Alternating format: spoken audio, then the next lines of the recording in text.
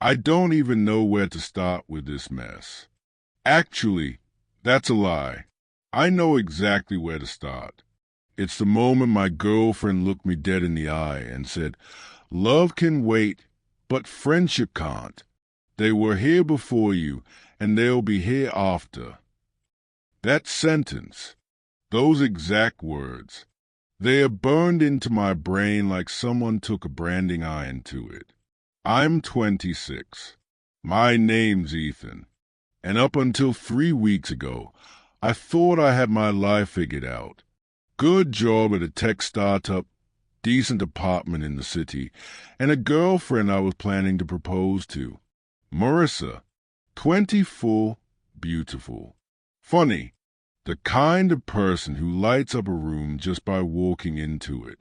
We'd been together for 2 years, moved in together 6 months ago, and I genuinely thought we were building something real, something permanent. I was wrong, but not in the way you might think. She didn't cheat. She didn't lie about who she was. She didn't have some secret second life. What she had was a friend group. The Squad, that's what they called themselves. Unironically, 5 people who acted like they were welded together at the hip. Chloe, Adrienne, Tasha, Finn, and Marissa. They'd been friends since college, and apparently nothing, absolutely nothing, was more important than maintaining that bond. Not careers, not family obligations, and definitely not romantic relationships.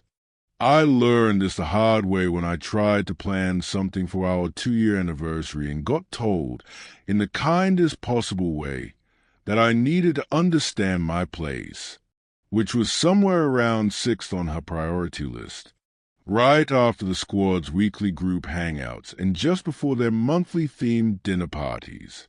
I should have seen the signs earlier, but when you're in love, you make excuses. You rationalize.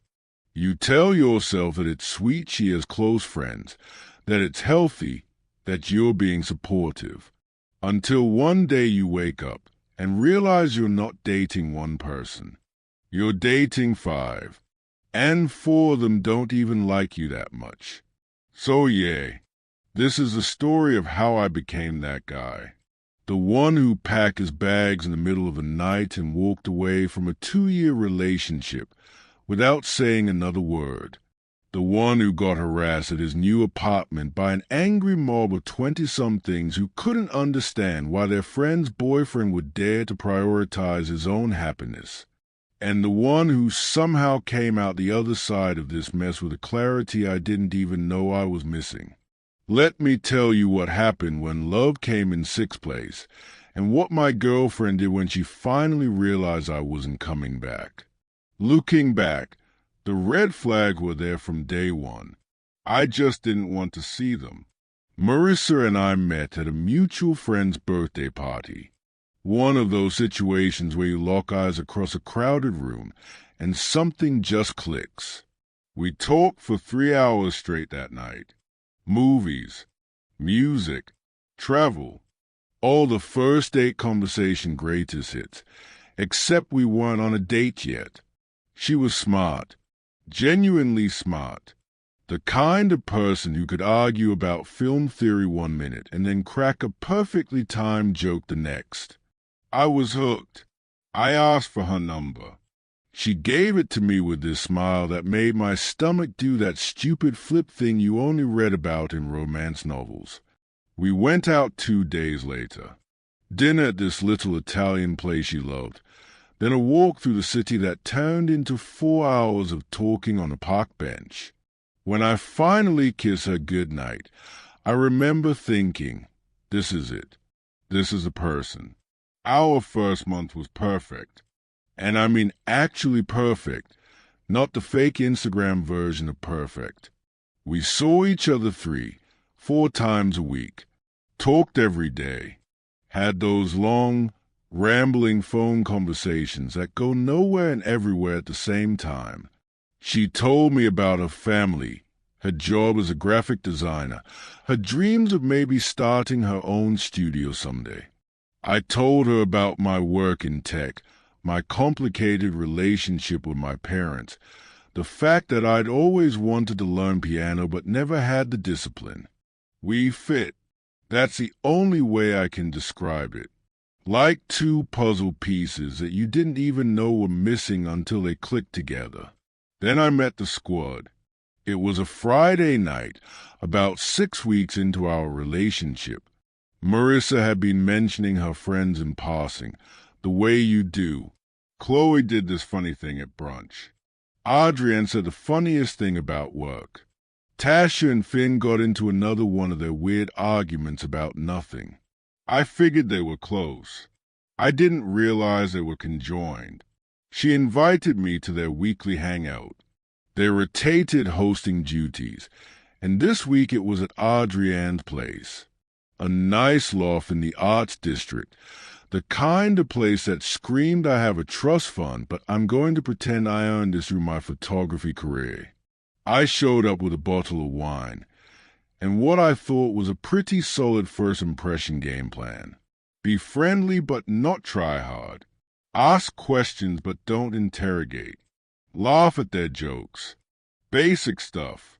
The door opened and I was immediately hit with a wall of sound. Music. Laughter.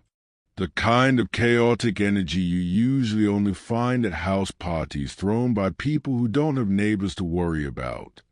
Marissa grabbed my hand and pulled me inside, weaving through the apartment until we reached the living room where 4 people were sprawled across various pieces of furniture like they'd been there for hours. Which, it turned out, they had been. They started at 4 p.m. It was 8. Let me paint you a picture of the squad. First, there's Chloe, 25, works in marketing. The kind of person who describes themselves as brutally honest, which is usually code for rude but wants credit for it. She had this way of looking at you like she was already bored with whatever you were about to say. She was dating someone when I met her, some guy named Marcus who I met exactly twice before he disappeared from her life entirely. Never mentioned again. Like he'd been erased from existence. Then Adrienne, 27, the oldest of the group and the self-appointed leader, though no one would ever say that out loud. Photographer, trust fund kid, had this very carefully cultivated artsy aesthetic that probably cost more to maintain than my rent. He was cool in that way that people who've never had to worry about money can be cool. Like nothing ever really bothered him because nothing ever really mattered. Tasha, 23, the baby of the group, worked in social media management, which seemed to mean she was on Instagram 90% of her waking hours. She was nice, actually genuinely nice, but also completely incapable of making a decision without consulting the group first. What to eat for lunch, what to wear to work, whether to text a guy back. Everything went through the group chat. And then Finn, 26, my age, worked in finance, the bro of the group, loud, opinionated, the kind of guy who starts every sentence with actually and then says something that's either obvious or wrong. He had this energy like he was constantly auditioning to be the main character in everyone else's story. They were friendly enough that first night. Asked me the standard questions. Where do you work? Where did you grow up? How did you and Marissa meet? But there was something off about it. Like they were interviewing me for a position I hadn't applied for. And every answer I gave seemed to be measured against some invisible rubric I couldn't see. I passed, apparently, because Marissa seemed happy when we left. And over the next few months, I got folded into their world. Sort of. Here's the thing about the squad that I didn't understand at first. They weren't just friends. They were a unit, a system. They had rituals, weekly Friday hangouts, Monthly themed dinners where everyone had to cook a dish from a specific cuisine. An annual camping trip. A New Year's Eve tradition that went back 6 years. They had inside jokes that dated back to college. References I'd never understand because I wasn't there. A shared language that excluded anyone who hadn't been part of the group since the beginning. And they had rules. Unspoken, mostly, but rules nonetheless. You don't cancel on the group. You don't bring outside drama into the group. You don't prioritize other people over the group. And most importantly, you don't ask anyone in the group to choose between you and the group, because the group always wins. I didn't learn these rules all at once. They revealed themselves slowly. Little moments that didn't seem like a big deal at the time, but added up to something I should have paid attention to. Like the time I invited Marissa to my brother's birthday dinner and she said yes, but then the day of, she texted me that Chloe was having a crisis and needed the squad. What kind of crisis? Breakup with Marcus. Okay, that's understandable. Your friend is hurting. You show up. Except when I got to the restaurant and checked Instagram later that night. There they all were. Not at Chloe's apartment providing emotional support. At a new bar downtown. Taking shots. Doing that thing where they all pose with their heads together for a group photo. Crisis averted, apparently. All the time Marissa and I had plans to spend the weekend together. Just us. We've been talking about it for weeks. A real weekend. No interruptions. No squad activities. Just two people in a relationship doing relationship things. We were going to drive up the coast, find some little bed and breakfast, be one of those couples who actually prioritize their connection. Friday afternoon, she texted me. Change her plans.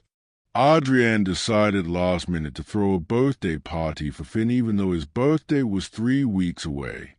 And it's this weekend. And obviously she has to go. Obviously. I tried to push back. We've had this plan for a month. I know, babe, but it's Finn's birthday. We celebrated 3 weeks ago. This is the party. Can't we do our trip next weekend? The bed and breakfast is already booked. So cancel it. Get a refund. But this is our weekend. And this is Finn's party. The squad is family. You understand. Except I was starting to not understand. But I didn't want to be that guy. The controlling boyfriend. The one who gets jealous of his girlfriend's friends. So I said okay. We'll reschedule. We never did. That pattern repeated itself more times than I want to count. Plans made. Plans broken. Always for the squad. Always with the same explanation. They're family. You understand. And I kept saying I understood because I wanted to be supportive. I wanted to be the cool boyfriend who didn't get weird about his girlfriend having close friends. But the thing is, I did understand. I understood perfectly. I just didn't matter as much as they did. The real breaking point, the moment I should have walked away but didn't, came about 8 months into our relationship. My mom got sick. Not life-threatening, but serious enough that she needed surgery. I was stressed, scared, trying to be there for my family while also managing work and life and everything else. Marissa knew all this. I'd told her everything. How worried I was. How my dad was falling apart. How my brother and I were trying to hold everything together. The surgery was scheduled for Thursday. I asked Marissa if she could come with me to the hospital, just for support, just to be there. She said yes immediately. Of course. Absolutely. She'd be there. Thursday morning, I picked her up at 6 a.m. We were quiet in the car. The kind of heavy silence that sits on your chest. She held my hand, told me everything would be okay. We got to the hospital, checked in, sat in that terrible waiting room with the fluorescent lights and the chairs that are somehow designed to be as uncomfortable as possible. My dad was there, my brother, Marissa and me. We waited. Surgery was supposed to take 3 hours. About an hour in, Marissa's phone started buzzing. She ignored it at first, but it kept going.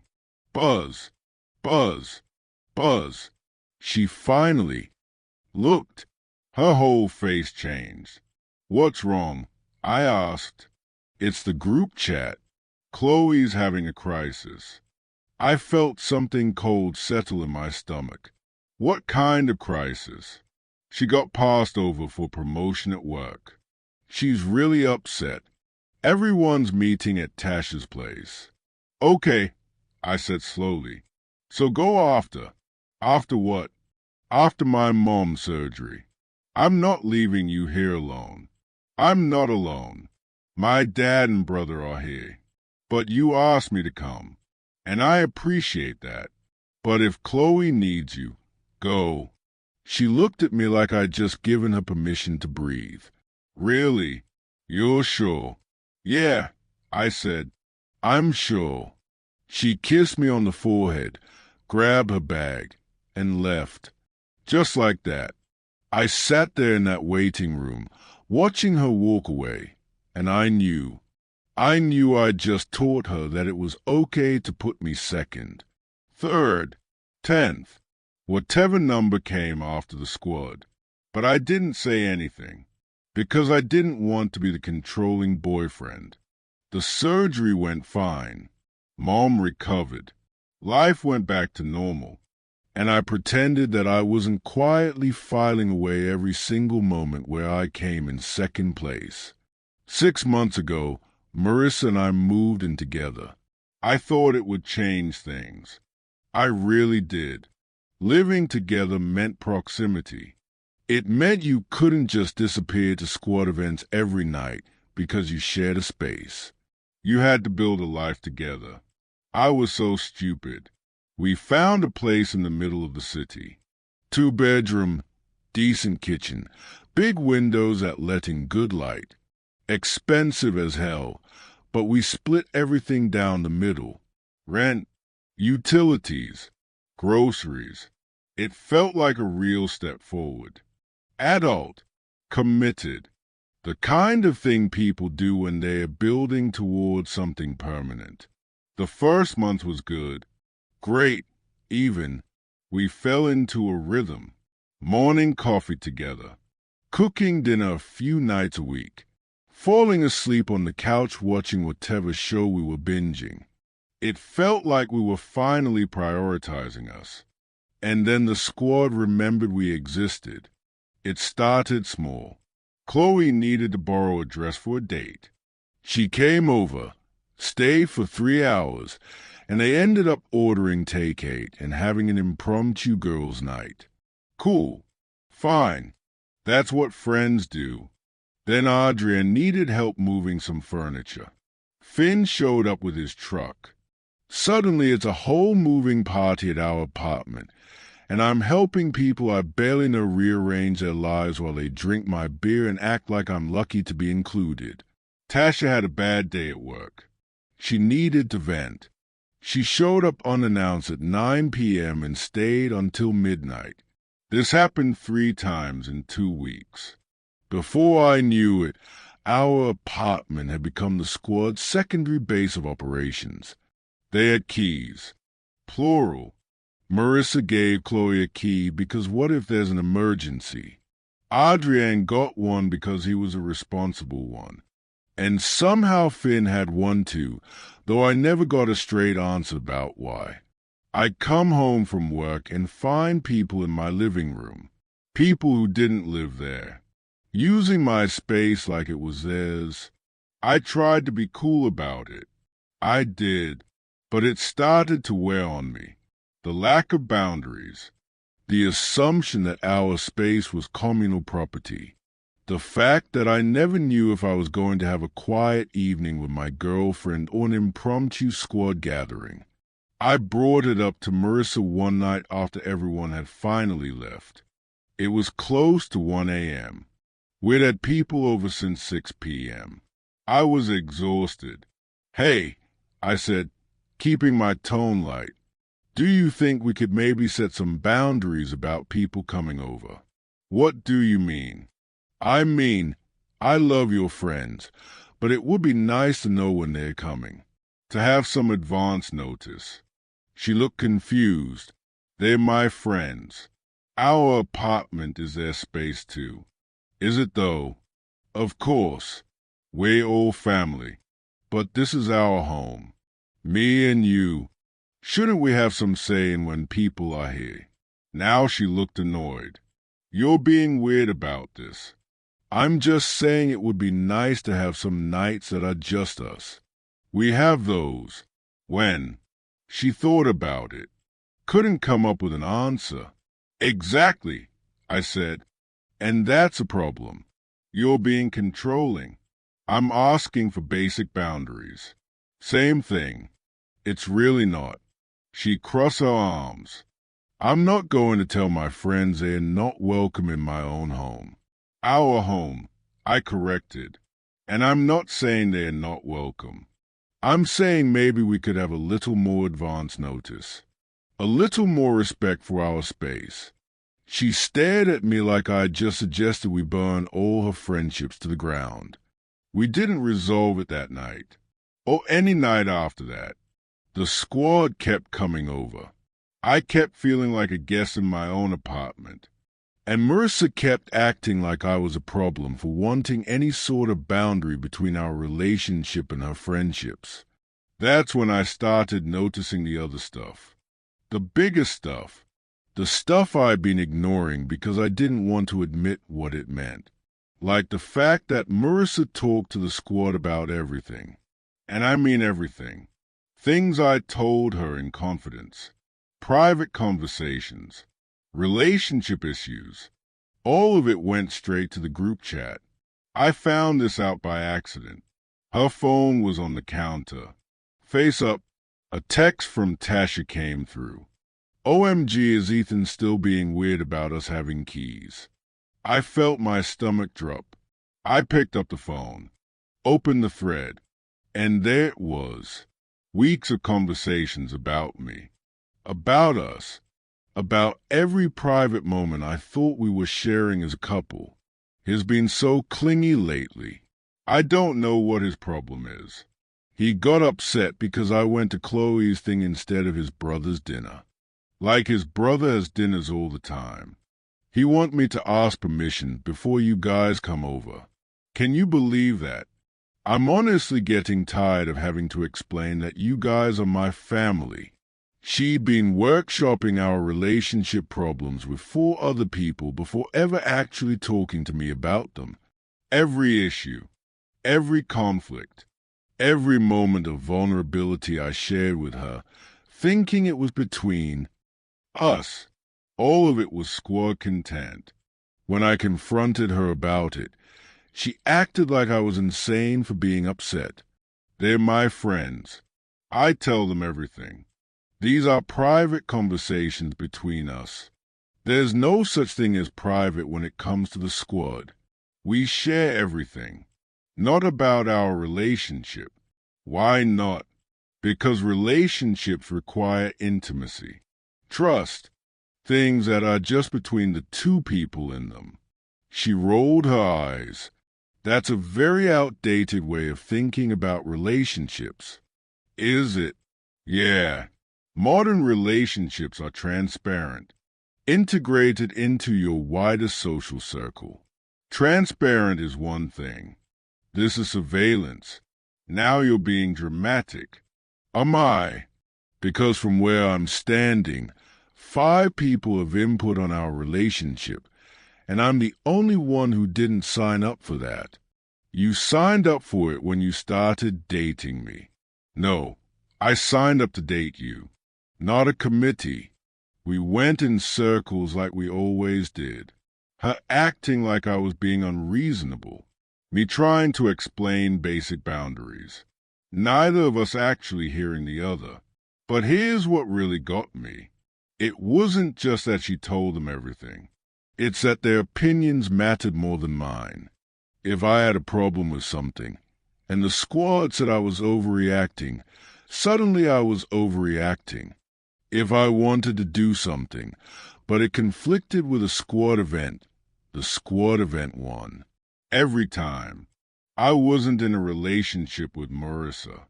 I was in a relationship with a group text thread that happened to have a human representative I shared an apartment with. And the worst part? I don't think she even realized she was doing it. 2-year anniversary. It should have been simple. A nice dinner. Some time together. Celebrating the fact that we'd made it this far despite everything. I wanted to do something special. Not extravagant. Just thoughtful. There was this restaurant where we had our first real date. The Italian place. They just reopened after renovations. I made a reservation. And Marissa had been talking about this band she loved. Some indie group I'd never heard of, but she played constantly around the apartment. Checked their tour dates. They were playing in our city the same weekend as our anniversary. Tickets were expensive, but not insane. I bought 2. The plan was perfect. Dinner at the place where it all started. Then the concert. Then home. Just us. Celebrating us. I was actually excited about it. Hadn't been excited about something we were doing together in months. Maybe this would reset things. Remind us why we got together in the first place. I waited for the right moment to tell her. Wanted it to feel special. Thursday night, she was on the couch scrolling through Instagram. The squad had just gotten back from some weekend trip to a vineyard. She was looking at all their photos, smiling at the screen. "Hey," I said, sitting down next to her. "Got a second?" She looked up. "Yeah, what's up?" "So our anniversary is coming up. Saturday next week." She nodded. "Yeah, I know. I've got something planned. Something special." Her face did this thing. This little flicker of something that I couldn't quite read. "Oh," she said. "Oh." That's the same night as Tasha's birthday pregame. Tasha's birthday pregame. I repeated slowly. "Yeah, her actual birthday is Sunday, but we're all getting together Saturday night before we go out." I felt something cold settle in my chest. The same feeling I've been getting more and more lately. We've had the anniversary on the calendar for months. I know, but this just came up. Tasha only planned it last week. Can't you guys do it Friday night? Or Sunday? She was already shaking her head. No. Saturday's the only night that works. Adrienne's got that work conference that starts Sunday morning. And Chloe's been super stressed with her new job. She really needs this. And Finn just broke up with that girl he was seeing. He needs us right now. I watched her face as she talked. Watched her get more animated. More convinced by her own argument. We all really need this night. The group hasn't been together properly in like 3 weeks. But it's our anniversary, I said, and I hated how small my voice sounded. This only happens once a year. You can see your friends literally any other time. Her whole posture changed. Sat back, crossed her arms, gave me that look, the one that said I was being unreasonable, and she was about to explain why. Love can wait, but friendship can't. I just stared at her. What? She said it again, slower, like I was stupid. Love can wait, but friendship can't. They were here before you, and they'll be here after. There it was. They'll be here after. Not if things don't work out. Not if something happens. Just after. Like our expiration date was already stamped on the package. Like she'd already decided that this us was temporary. But her friends, those were permanent. I felt something crack in my chest. Actual physical pain. After everything we built, I said quietly, I'm still just temporary. Don't be dramatic. I'm not being dramatic. You just told me your friends will be here after me, after we break up, after you leave, after whatever. She waved her hand dismissively. It's just an expression. Is it? Yeah. You're reading too much into it.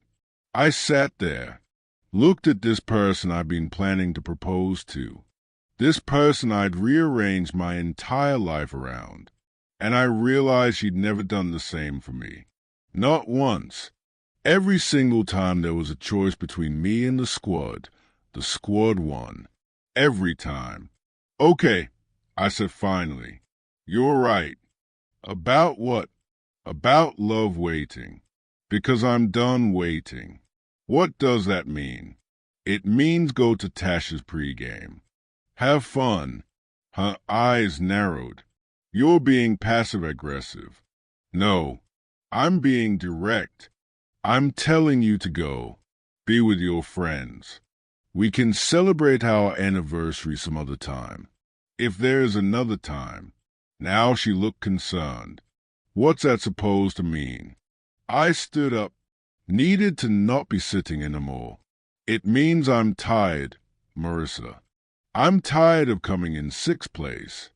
I'm tired of having to compete with 4 other people for your attention. I'm tired of being told I'm unreasonable for wanting my girlfriend to want to spend time with me. You're twisting this. No, I'm finally seeing it clearly. Seeing what? That you don't actually want to be in this relationship. That's not true, isn't it? When was the last time you chose me over them? One time.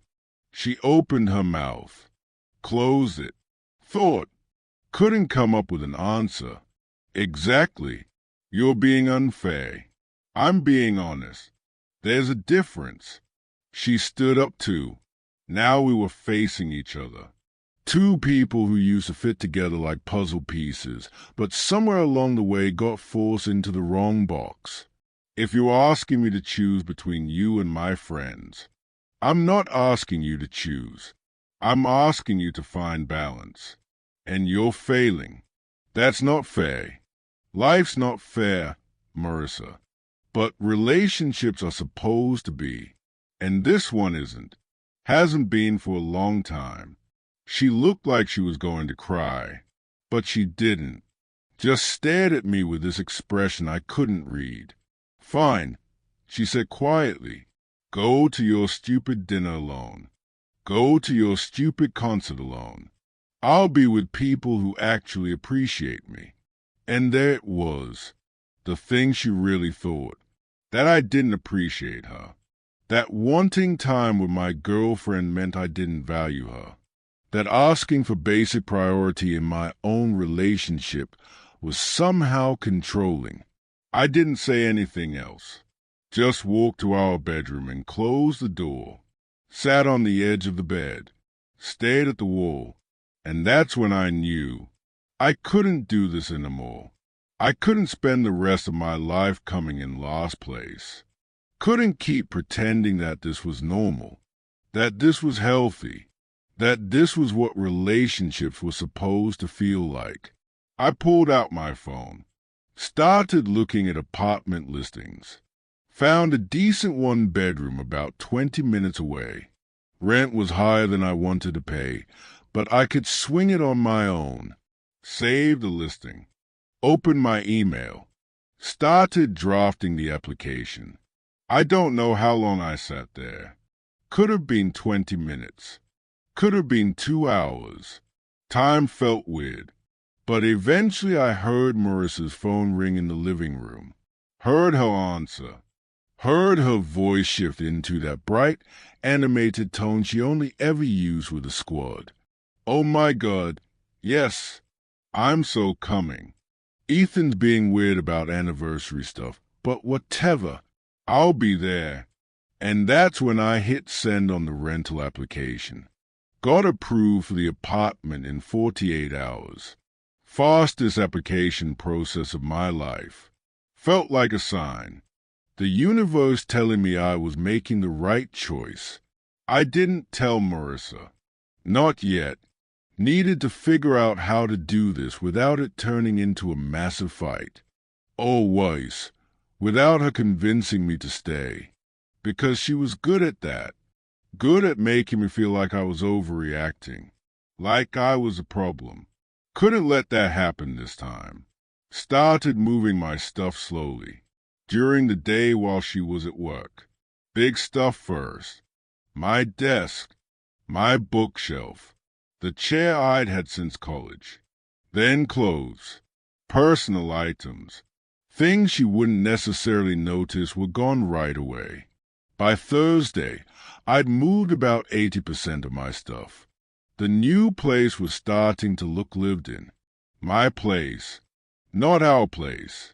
Mine. Felt strange. Good strange. Like I could finally breathe. Thursday night, Marissa came home around midnight. They'd gone to some new rooftop bar Finn wanted to try. She was tipsy. Not drunk, but happy. Loose. The way she only got after spending hours with the squad.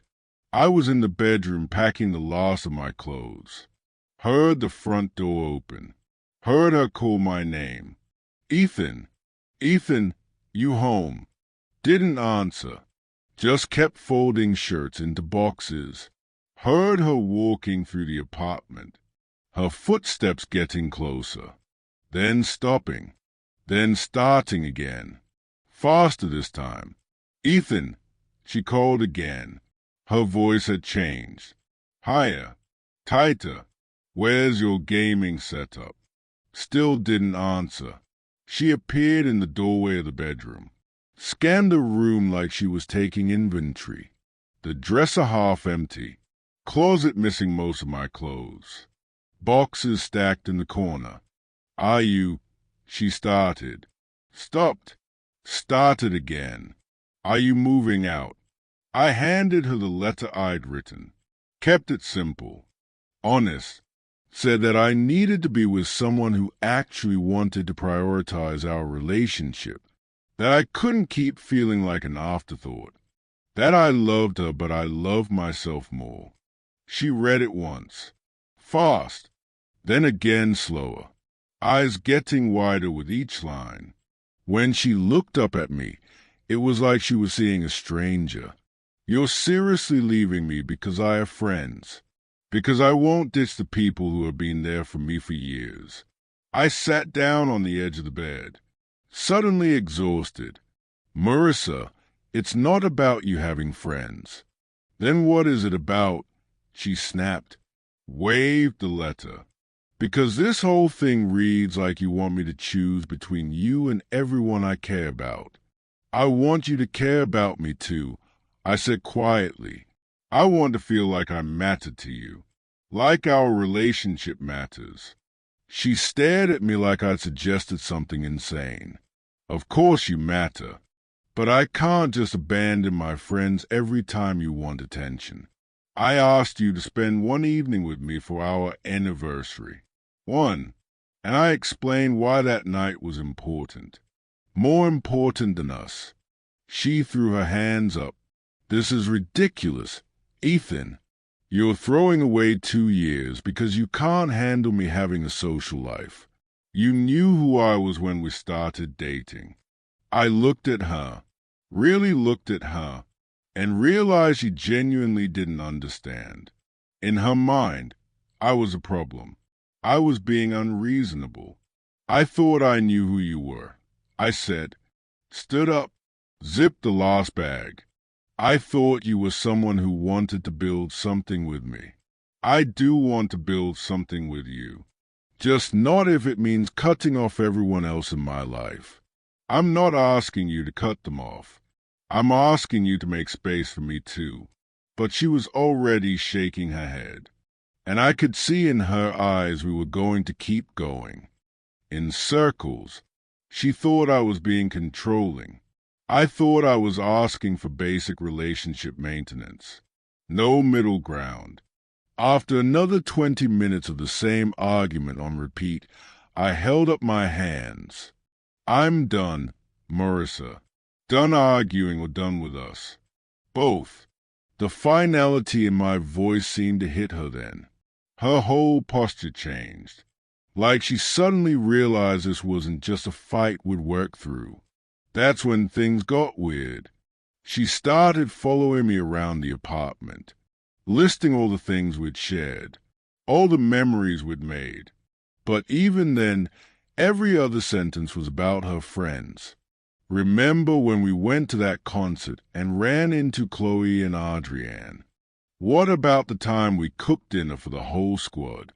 Like she couldn't even conceptualize experiences that were just about us.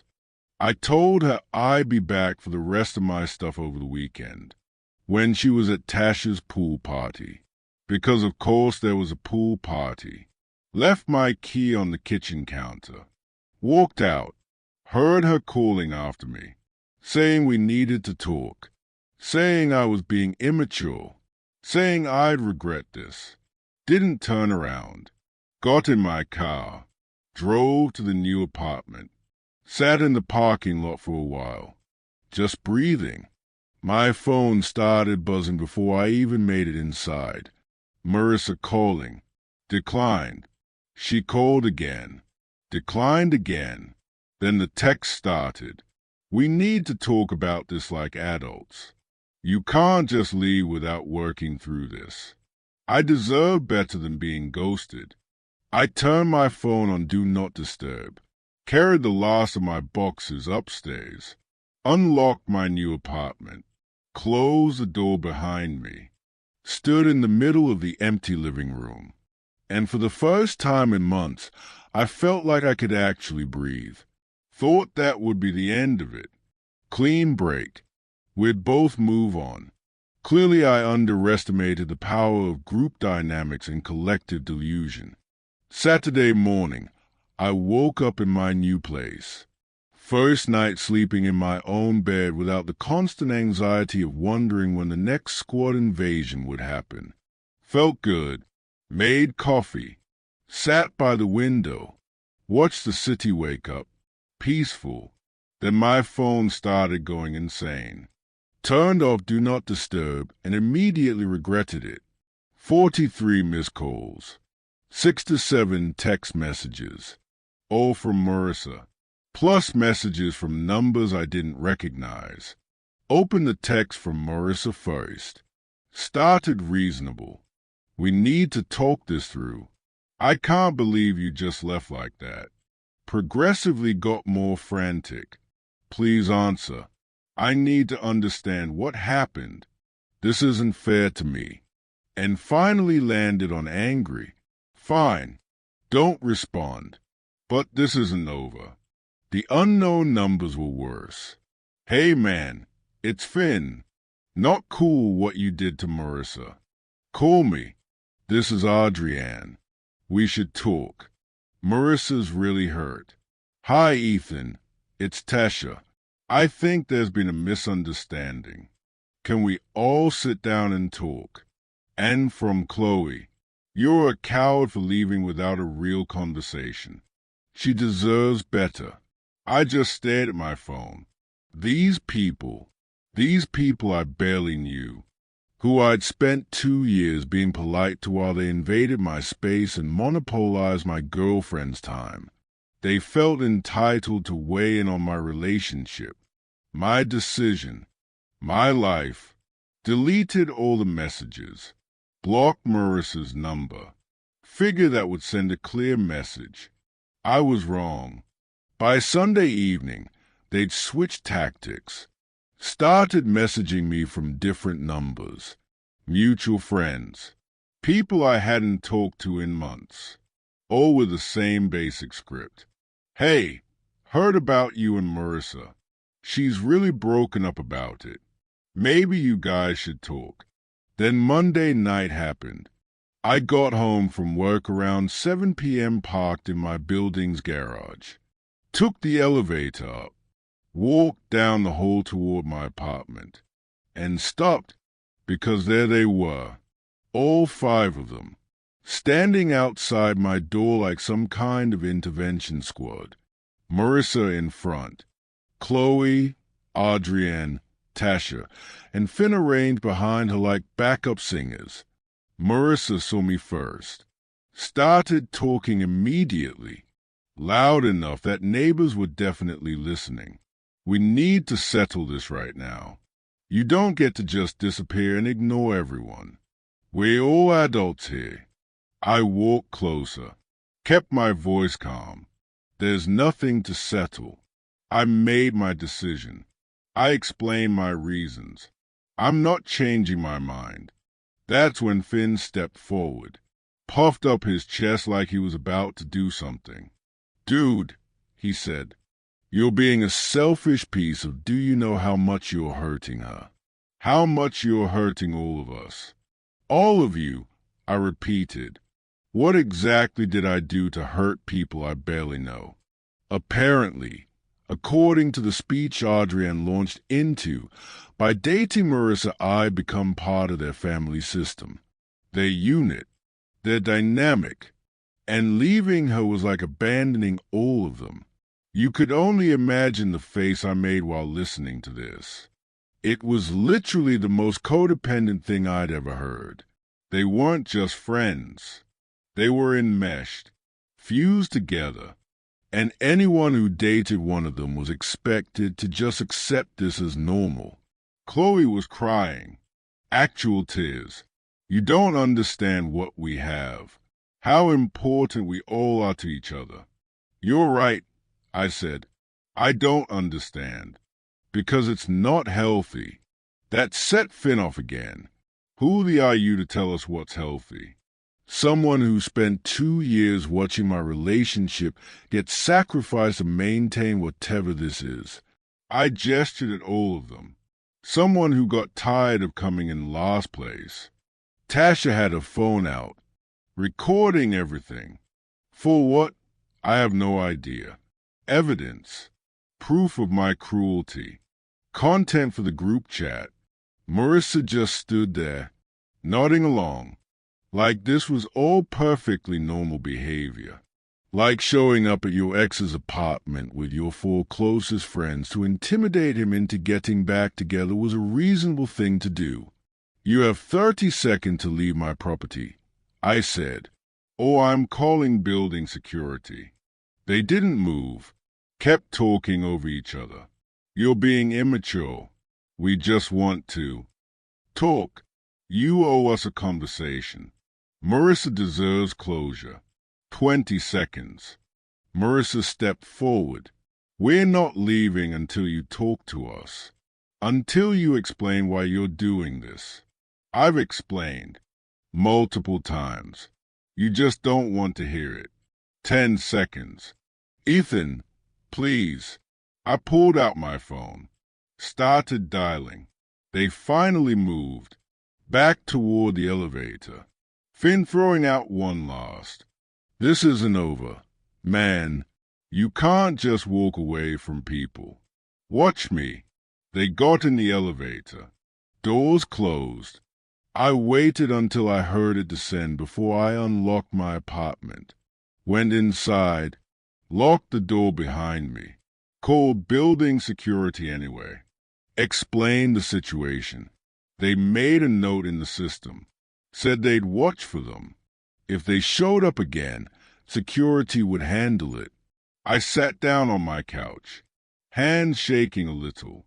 Not from fear, from pure disbelief. Who does that? Who brings their entire friend group to harass their ex? What kind of adult behavior is that? My phone buzzed. Text from a number I didn't recognize. "You're going to regret this." Blocked it. Another text. Different number.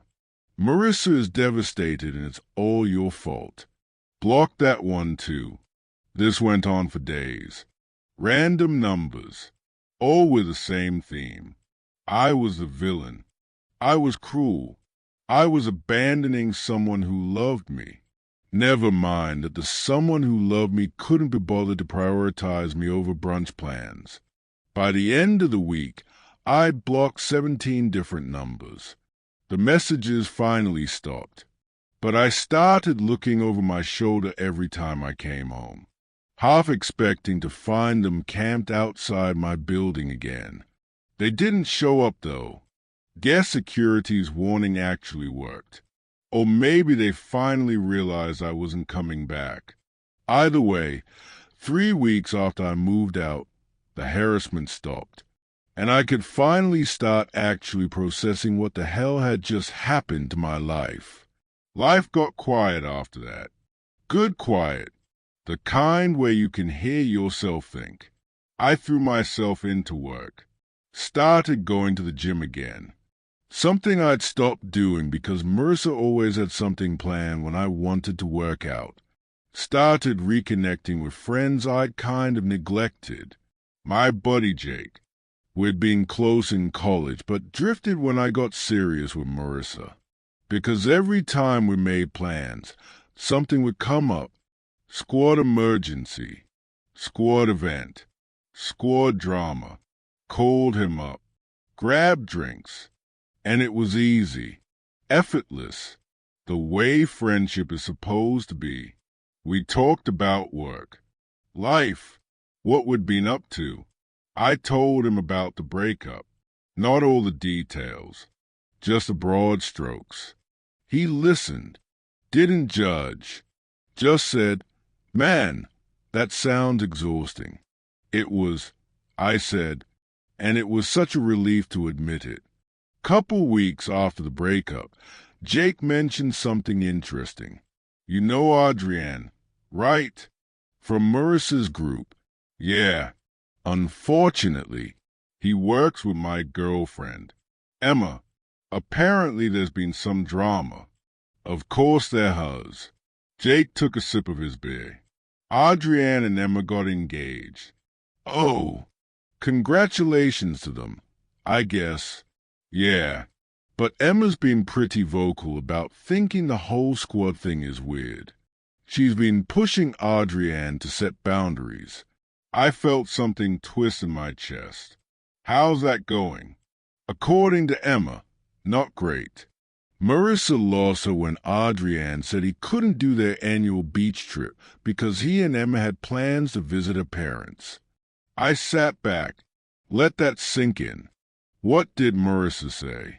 Apparently her exact words were, "You're becoming just like Ethan." I laughed. Couldn't help it. So wanting to prioritize your actual partner is contagious now. Sounds like it.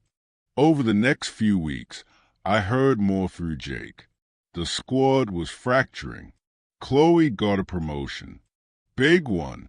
Required relocating to Portland. She was excited. Marissa was not. Made some comment about how real friends don't abandon the group for career opportunities. Chloe was apparently pretty hurt by that reaction. Then there was Tasha and Finn. Turns out they'd had an on and off thing for years. Everyone pretended not to notice. But now they were actually dating. Seriously. Wanted to be a real couple instead of whatever they'd been doing. Marissa wasn't handling it well. Said it would change the group dynamic. What if they broke up? What would happen to the squad? She was more concerned about preserving the group than being happy for her friends. The irony wasn't lost on me.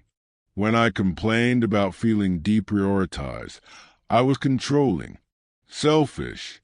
But now that she was feeling deprioritized by her friends, suddenly it was a tragedy. Suddenly everyone was abandoning her. And apparently she'd been going around telling people that everyone was pulling an Ethan on her. Like wanting to grow up and have adult relationships was some kind of betrayal epidemic I'd started. Jake found this hilarious. "You're a verb now," he said. "I'm pulling an Ethan by having boundaries." She's delusional. always has been. Just took me 2 years to see it. Meanwhile, my life was actually getting better.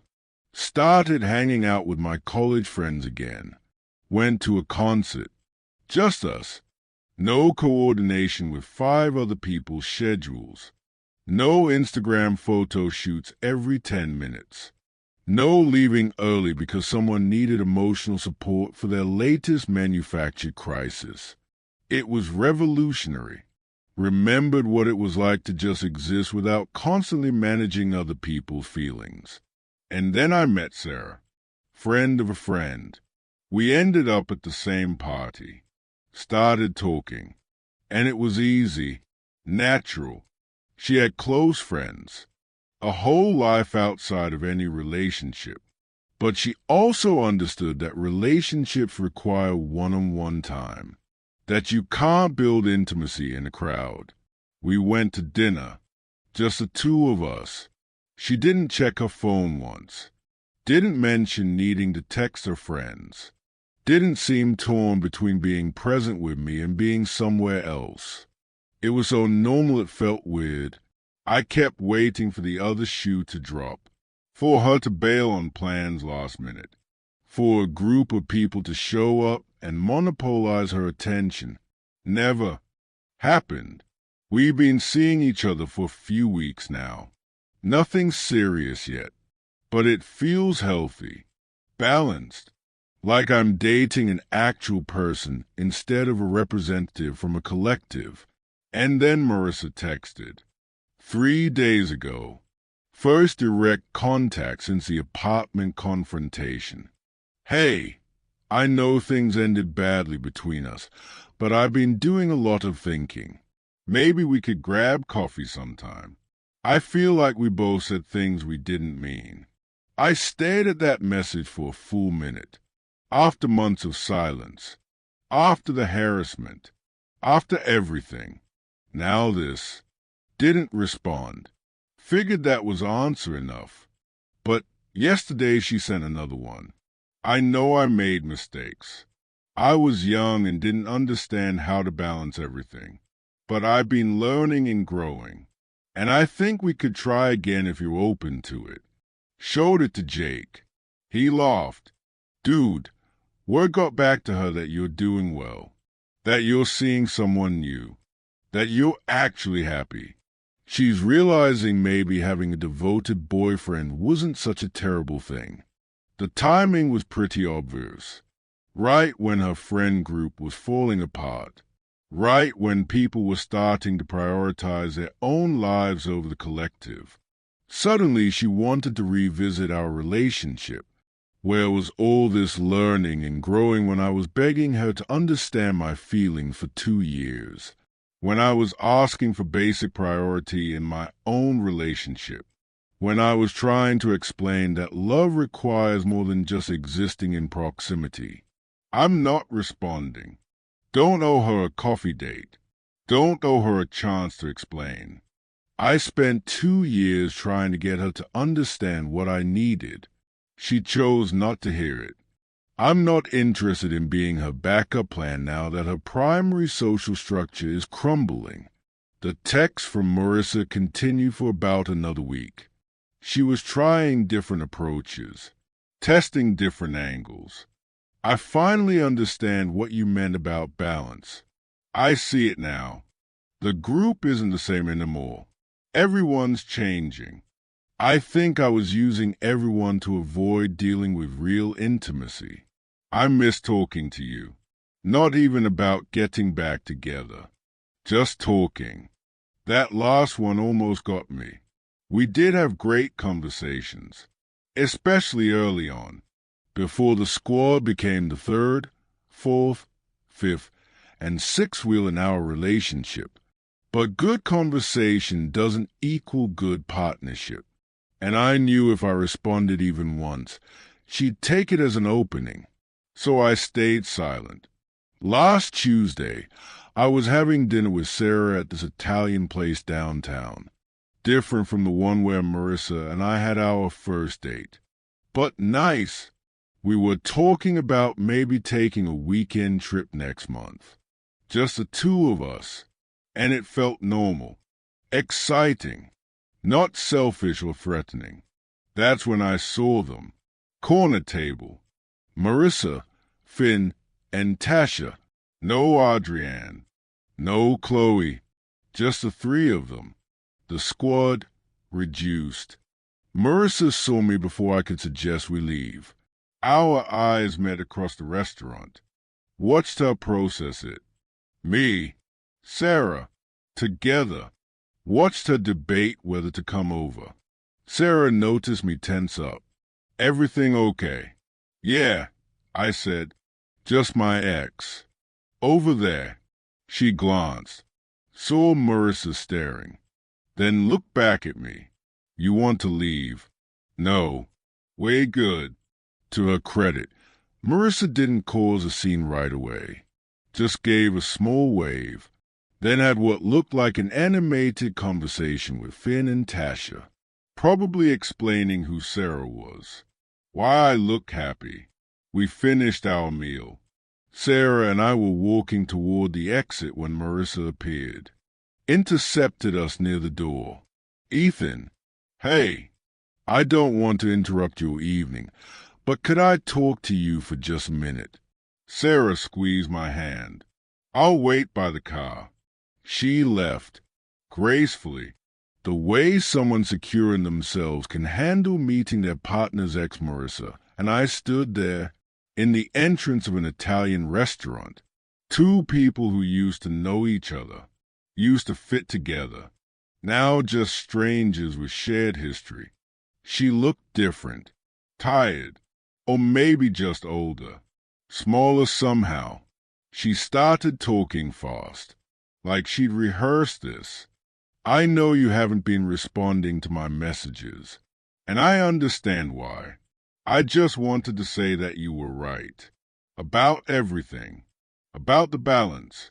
About priorities. About what a real relationship should look like. I watch Adrienne with Emma. See how they support each other. Put each other first.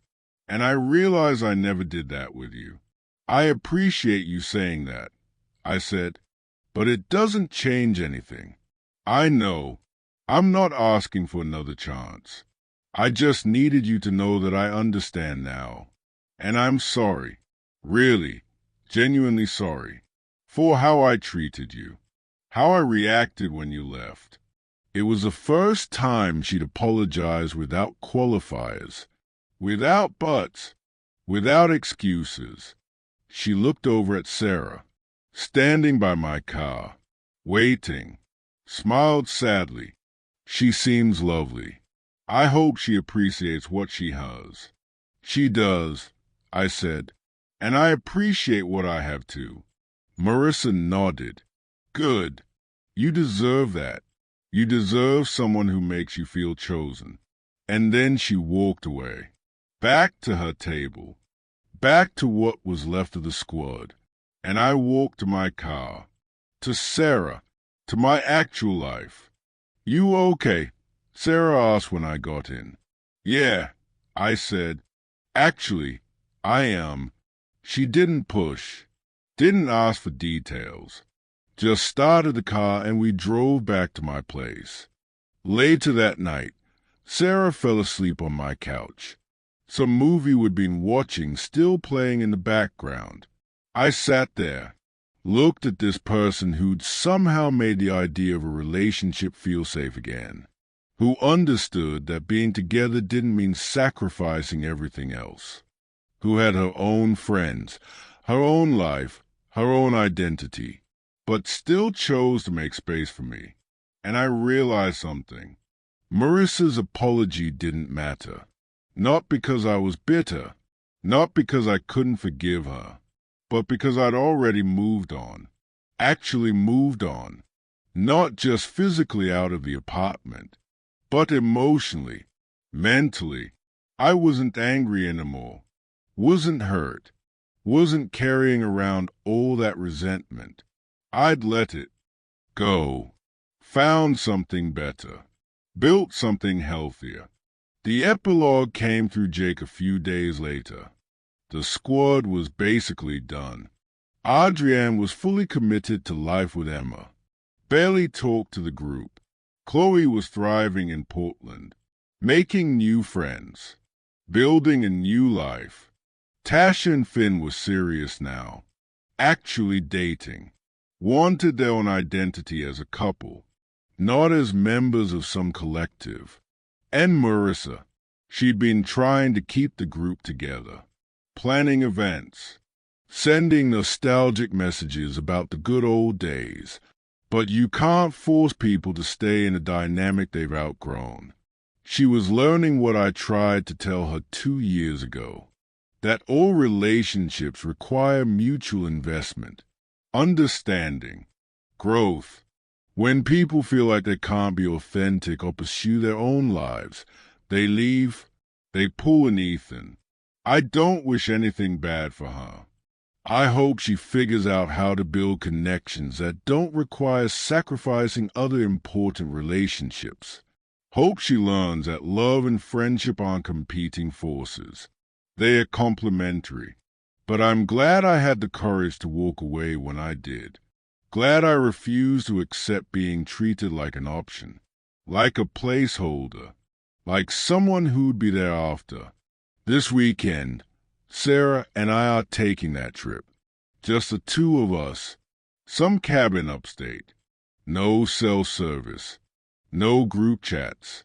No squad emergencies. Just two people who chose each other. Who keep choosing each other. It's a simple concept.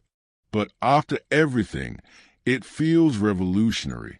My phone's being quiet. No more texts from random numbers.